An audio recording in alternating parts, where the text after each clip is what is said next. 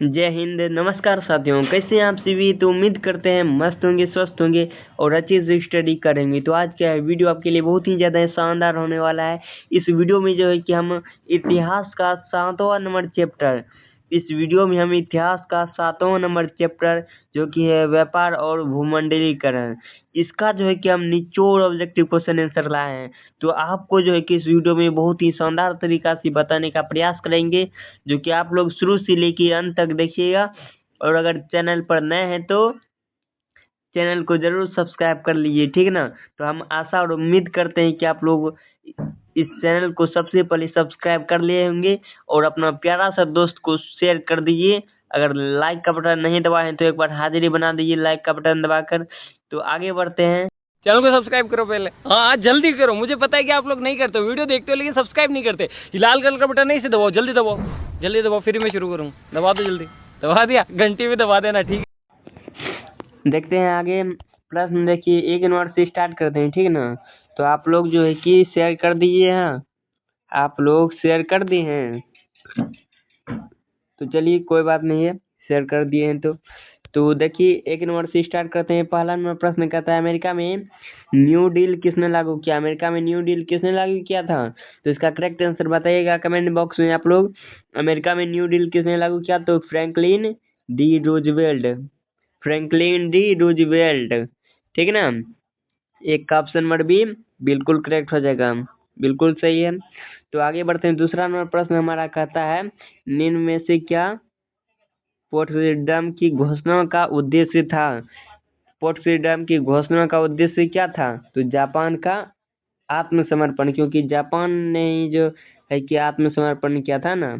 तो यानी कि 2 का ऑप्शन नंबर ए बिल्कुल सही हो जाएगा। 2 का क्या हो जाएगा, ऑप्शन नंबर ए बिल्कुल सही हो जाएगा। आगे बढ़ते हैं। तीसरा नंबर प्रश्न कहता है, क्या कहता है 1900, तीसरा नंबर प्रश्न है हमारा 1929 की आर्थिक मंदी का सबसे बुरा असर किस देश पर पड़ा था। 1929 की आर्थिक मंदी का सबसे बुरा असर किस देश पर पड़ा था। तो कमेंट बॉक्स में आप लोग बताइए। तो इसका correct answer option number B हो जाएगा, अमेरिका। क्या हो जाएगा 3 का ऑप्शन नंबर बी, अमेरिका। आगे बढ़ते हैं। चौथा नंबर प्रश्न कहता है किस आयोग ने सतत पोषणीय विकास की अवधारणा प्रस्तुत किया था। कौन सा ऐसा आयोग था जिसने सतत पोषणीय विकास यानी कि सतत विकास की अवधारणा प्रस्तुत किया था। ब्रूंटलैंड आयोग, यानी कि ऑप्शन नंबर 1 सही हो जाएगा। क्या हो जाएगा, 4 का ऑप्शन नंबर ए बिल्कुल करेक्ट हो जाएगा। पांचवा नंबर प्रश्न को देखते हैं। कहता है युद्धोत्तर पुनर्निर्माण के लिए पैसे का इंतजाम करने हेतु किस संस्था का गठन हुआ था। किस संस्था का गठन हुआ था बताइए। तो अब इसका जो है कि करेक्ट आंसर हो जाएगा युद्धोत्तर पुनर्निर्माण के लिए पैसे का इंतजाम करने के लिए किस संस्था का गठन हुआ था। अंतर्राष्ट्रीय मुद्रा कोष, पैसा यही ना देता है अंतर्राष्ट्रीय मुद्रा कोष। अगला हमारा 6 नंबर प्रश्न है यूरोपीय आर्थिक संघ की मुद्रा क्या है। यूरोपीय आर्थिक संघ की मुद्रा क्या है। क्या हो जाएगा इसका करेक्ट आंसर, ऑप्शन ए है डॉलर, ऑप्शन बी है पाउंड, ऑप्शन सी है रूबल और ऑप्शन डी क्या है यूरो। 6 का ऑप्शन नंबर डी हो जाएगा यूरो। यूरोपियन आर्थिक संघ की मुद्रा क्या है, यूरो है। यू से यूरोपीय और यू से यूरो, ठीक है ना। आगे बढ़ते हैं। 7वां नंबर प्रश्न देखते हैं। 7वां नंबर प्रश्न है हमारा निर्यात संवर्धन क्षेत्र यानी ईपीजी को निम्न में से किसमें बदल दिया गया। निर्यात संवर्धन क्षेत्र को निम्न में से किसमें बदल दिया गया था। तो 7 का क्या जगह, 7 का ऑप्शन नंबर सी विशेष आर्थिक क्षेत्र, इसका करेक्ट आंसर हो जाएगा। ईपीजे को निम्न में से किसमें बदला था, विशेष आर्थिक क्षेत्र। इसको जो है कि आप लोग ध्यान दीजिएगा। आगे बढ़ते हैं। 8वां नंबर प्रश्न कहता है बहुत ज्यादा इम्पोर्टेंट है ये। ब्रंटलैंड आयोग संबंधित है किससे संबंधित है, तो सतत विकास से संबंधित है। ऐसे भी ये प्रश्न आता है कि सतत विकास का संबंध किससे है, ब्रंटलैंड आयोग से, ठीक ना। 8 का ऑप्शन नंबर सी बिल्कुल करेक्ट हो जाएगा। आगे बढ़ते हैं। 9वां नंबर प्रश्न हमारा है विश्वव्यापी आर्थिक महामंदी संकट किस वर्ष प्रारंभ हुई। देखिए बहुत ज्यादा इम्पोर्टेंट है क्योंकि 2021, 20 और 19 3 साल लगातार आया हुआ है ये प्रश्न, 3 साल समझ सकते हैं 3 साल आ चुका है यह प्रश्न। तो ये कहता है विश्वव्यापी आर्थिक महामंदी संकट किस वर्ष आरंभ यानी किस वर्ष शुरू हुआ था? तो इसका correct answer option number C हो जाएगा 1929। आर्थिक मंदी कब आया था? 1929। अगला हमारा 10वां प्रश्न कहता है द्वितीय विश्व युद्ध के बाद यूरोप में कौन सी संस्था का उदय आर्थिक दुष्प्रभावों को समाप्त करने के लिए हुआ था? कौन सी संस्था था? इसका correct answer option number D हो जाएगा। क्या हो जाएगा? डी, यूरोपीय संघ। उसके बाद आगे बढ़ते हैं। यूरोपीय संघ तो हो ही गया था। आगे है 11वां प्रश्न, भूमंडलीकरण का शुरुआत जो है आरंभ किस दशक से हुआ था? भूमंडलीकरण की शुरुआत किस दशक से हुई थी? तो 1990 की दशक हो जाएगा। भूमंडलीकरण की शुरुआत 1990 की दशक से हुआ था, ठीक ना। 2018 में आया हुआ यह प्रश्न है। आगे 12वां प्रश्न कहता है प्राचीन काल में किस स्थल मार्ग से एशिया और यूरोप का व्यापार होता था? प्राचीन काल यानी सबसे पहले जो है कि स्थल मार्ग द्वारा एशिया और यूरोप का जो है कि व्यापार होता था। कौन सा? सूती मार्ग हो जाएगा। इसका जो है कि 12 का बताइएगा क्या हो जाएगा? रेशम मार्ग। क्या हो जाएगा? रेशम मार्ग बिल्कुल सही हो जाएगा। पहले रेशम मार्ग से ही एशिया और यूरोप का वो जो है कि व्यापार होता था।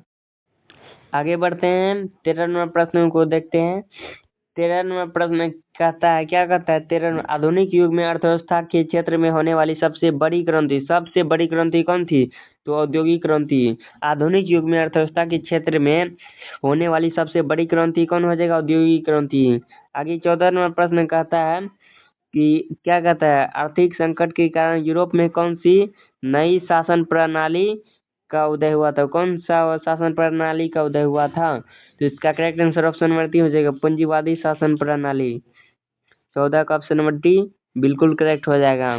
आगे बढ़ते हैं 15वां प्रश्न। 15वां प्रश्न हमारा है गिरमिटिया मजदूर बिहार के किस क्षेत्र से बाहर ले जाते थे? गिरमिटिया मजदूर जो है कि बिहार के किस क्षेत्र से बाहर ले जाते थे? तो पश्चिमी क्षेत्र से। कौन से? पश्चिमी क्षेत्र से बाहर ले जाते थे, पश्चिमी क्षेत्र। अगला हमारा 16वां प्रश्न है कहता है गिरमिटिया किसे कहा जाता है? गिरमिटिया जो है कि किसे कहा जाता है? तो अनुबंधित मजदूर को कहा जाता है। गिरमिटिया किसे कहा जाता है? अनुबंधित मजदूर को, यानी कि 16 का ऑप्शन नंबर ए बिल्कुल सही हो जाएगा। आगे बढ़ते हैं 17वां प्रश्न। अब आते हैं 21वां प्रश्न में।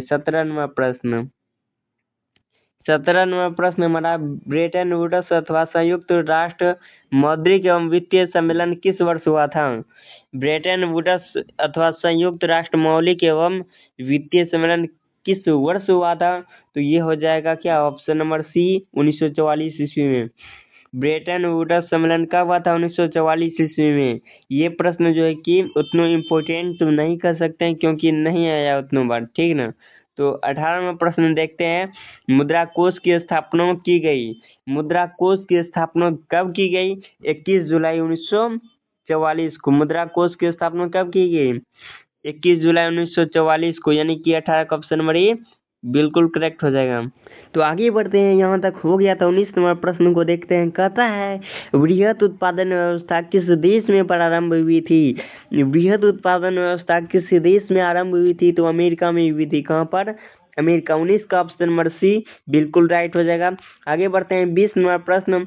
20वां प्रश्न जो कि आज का स्क्रीन पर कहता है पहला विश्व बाजार के रूप में कौन सा शहर उभर कर आया? पहला, सबसे पहले जो है कि विश्व बाजार के रूप में कौन सा शहर उभर कर आया था? तो इसका करेक्ट आंसर क्या हो जाएगा? जल्दी से बताइएगा। तो इसका करेक्ट आंसर अलेक्जेंड्रिया हो जाएगा, ऑप्शन नंबर बी अलेक्जेंड्रिया, ठीक ना। तो 21वां प्रश्न को देखते हैं। आगे हमारा 21वां प्रश्न कहता है दी कॉमर्स ऑफ नेशनल नामक पुस्तक के लेखक कौन थे? तो 21 का क्या हो जाएगा करेक्ट आंसर? 21 का ऑप्शन नंबर बी जो है कि बिल्कुल करेक्ट हो जाएगा, कार्डलिफ। क्या हो जाएगा? दी कॉमर्स ऑफ नेशन नामक पुस्तक के लेखक कौन थे? कार्डलिफ। क्या हो जाएगा? कार्डलिफ, यानी 21 का ऑप्शन नंबर बी कार्डलिफ बिल्कुल सही हो जाएगा। आगे 22वां प्रश्न को देखते हैं।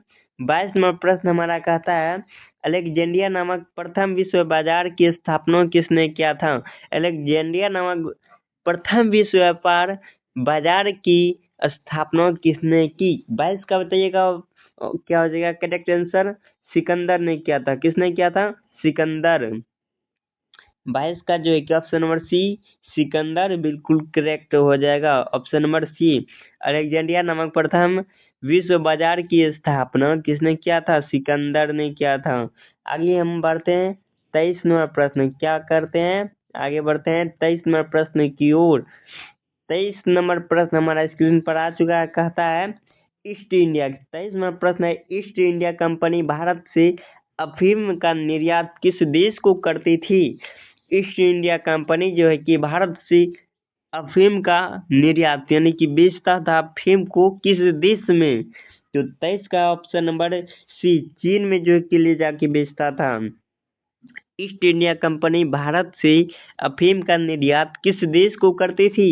चीन को करती थी। 23 का ऑप्शन नंबर सी बिल्कुल सही हो जाएगा। 24 नंबर देखते हैं प्रश्न को। कहता है विश्वव्यापी आर्थिक मंदी विश्वव्यापी आर्थिक संकट किस देश से आरंभ हुआ? विश्वव्यापी आर्थिक संकट किस देश से आरंभ हुआ था? तो 24 का बताइएगा करेक्ट आंसर क्या होना चाहिए? अमेरिका। विश्वव्यापी आर्थिक संकट किस देश से आरंभ हुई थी? अमेरिका से। आगे बढ़ते हैं 25 नंबर प्रश्न। 25 में हमारा प्रश्न है वर्षा की संधि कब हुई थी? वर्षा की संधि कब हुई थी? तो वर्षा की संधि हुई थी 1919 ईस्वी में। वर्षा की संधि बताइए कब हुई थी? 1919 ईस्वी में। 25 का ऑप्शन नंबर सी बिल्कुल करेक्ट हो जाएगा। वर्षा की संधि 1919 ईस्वी में हुई थी। जब रॉलेट एक्ट हुआ था ना उसी समय वर्षा की संधि हुई थी। देखिए रॉलेट एक्ट भी हुआ था 1919 में और वर्षा की संधि भी हुई थी 1919। ऐसे याद कर लेना है। आगे बढ़ते हैं 26 नंबर प्रश्न। 26 नंबर जो प्रश्न है हमारा कहता है धन निष्कासन के सिद्धांत का प्रतिपादन किस भारतीय राष्ट्रवादी ने किया था? धन निष्कासन के सिद्धांत का प्रतिपादन किस भारतीय राष्ट्रवादी ने किया था? तो बताइएगा 26 का क्या आ जाएगा? ऑप्शन नंबर डी दादा भाई नौरोजी हो जाएगा बिल्कुल करेक्ट आंसर। क्या आ जाएगा? दादा भाई नौरोजी। दादाजी ऐसे याद कर लेना है। दादाजी ने किया था, ठीक ना। धन निष्कासन के सिद्धांत का प्रतिपादन भारतीय राष्ट्रवादी ने किया था, दादा भाई नौरोजी। 27 नंबर देखते हैं प्रश्न भूमंडली शब्द का इजाद किसने दिया था? भूमंडली शब्द का इजाद किसने दिया था? तो इसका correct answer option number D हो जाएगा जॉन विलियम्स ने, ठीक ना। आगे 28वां प्रश्न हमारा G8 की स्थापना कब हुई? G8 की स्थापना कब हुई थी? 1975 ईस्वी में। G8 की स्थापना कब हुई थी? 1975 ईस्वी में, ठीक है ना। धन निष्कासन के सिद्धांत का प्रतिपादन किया दादा भाई ने, मतलब दादा का भाई नौरोजी ने। भूमंडलीय शब्द का इजाद किसने दिया? जॉन विलियम्स ने। आगे 28 नंबर कहता है G8 की स्थापना कब हुई? 1975 ईस्वी। आगे हम बढ़ते हैं 29 नंबर प्रश्न। 29 नंबर प्रश्न को देखते हैं। 29 नंबर जो प्रश्न हमारा क्या कहता है? 29 नंबर प्रश्न आ चुका है स्क्रीन पर। कहता है ओटावा सम्मेलन किस वर्ष हुआ था? ओटावा सम्मेलन किस वर्ष हुआ था? तो बताइएगा ओटावा सम्मेलन किस वर्ष हुआ था? 1932 ईस्वी में। ओटावा सम्मेलन कब हुआ था? 1932 ईस्वी में। ओटावा सम्मेलन कब हुआ था? 1932 ईस्वी में। 30 नंबर प्रश्न और अंतिम प्रश्न हमारा है 30 नंबर प्रश्न अंतिम प्रश्न कहता है आर्थिक महामंदी से कौन देश सबसे कम प्रभावित हुआ था? कौन सा देश सबसे कम प्रभावित हुआ था? तो इसका correct answer option number C हो जाएगा फ्रांस। आर्थिक महामंदी से कौन सा देश सबसे कम प्रभावित हुआ था? फ्रांस हुआ था, ठीक है ना। फ्रांस की राजधानी कहाँ है बताइए कमेंट में। फ्रांस की राजधानी कहाँ है? तो पेरिस। फ्रांस की राजधानी कहाँ हो जाएगा? पेरिस। फ्रांस की राजधानी अगर आ जाएगा एग्जाम में तो क्या बताइएगा? पेरिस, ठीक ना। तो आज आपके लिए जो है कि हम 30 क्वेश्चन यानी कि 30 क्वेश्चन लाए थे। कितना क्वेश्चन? 30। जो कि आपका चैप्टर कौन सा है? चैप्टर जो है कि आपका है 7वां। चैप्टर जो है कि आपका चैप्टर इतिहास का चैप्टर नंबर 7वां जो है कि आज खत्म होता है। आज जो है कि चैप्टर नंबर 7वां खत्म होता है इतिहास का, जिसमें 30 क्वेश्चन बता दिए, ठीक है ना। शुरू से लेके अंत तक आप लोग देखे, इसके लिए बहुत बहुत धन्यवाद। अब जो है कि मात्र इतिहास में एगो चैप्टर बताया है 8वां नंबर चैप्टर, ठीक ना। मात्र एगो चैप्टर बचा हुआ है 8वां, जिसका नाम है प्रेस, संस्कृति एवं राष्ट्रवाद, और वो बता देंगे। उसके बाद इतिहास पूरी तरीका से खत्म हो जाएगा। तो आप लोग जो है कि इस चैनल को अगर सब्सक्राइब नहीं किए हैं तो चैनल को जरूर सब्सक्राइब कीजिए। जय हिंद, वंदे मातरम।